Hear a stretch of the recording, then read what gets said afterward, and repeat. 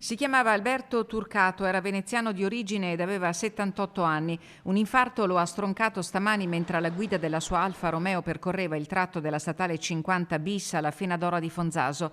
L'anziano ha perso il controllo dell'auto che è finita contro il guardrail senza coinvolgere altri veicoli.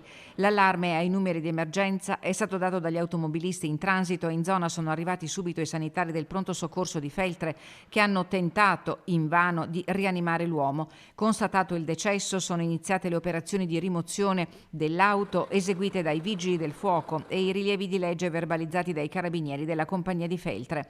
Il traffico a quell'ora ha subito pesanti ripercussioni. L'ANAS ha chiuso la strada per il tempo necessario ai soccorsi. Alberto Turcato viveva ad Agana di Fonzaso da un paio d'anni, ma solo a marzo scorso aveva trasferito lì la sua residenza dal veneziano. L'anziano pensionato viveva da solo, ogni tanto qualcuno lo incontrava in piazza nella vicina Arsier e oggi i sindaci dei due comuni, Pasa e Strapazzon, hanno espresso parole di cordoglio per la sua tragica scomparsa. La data dei funerali del 78enne sarà decisa nei prossimi giorni.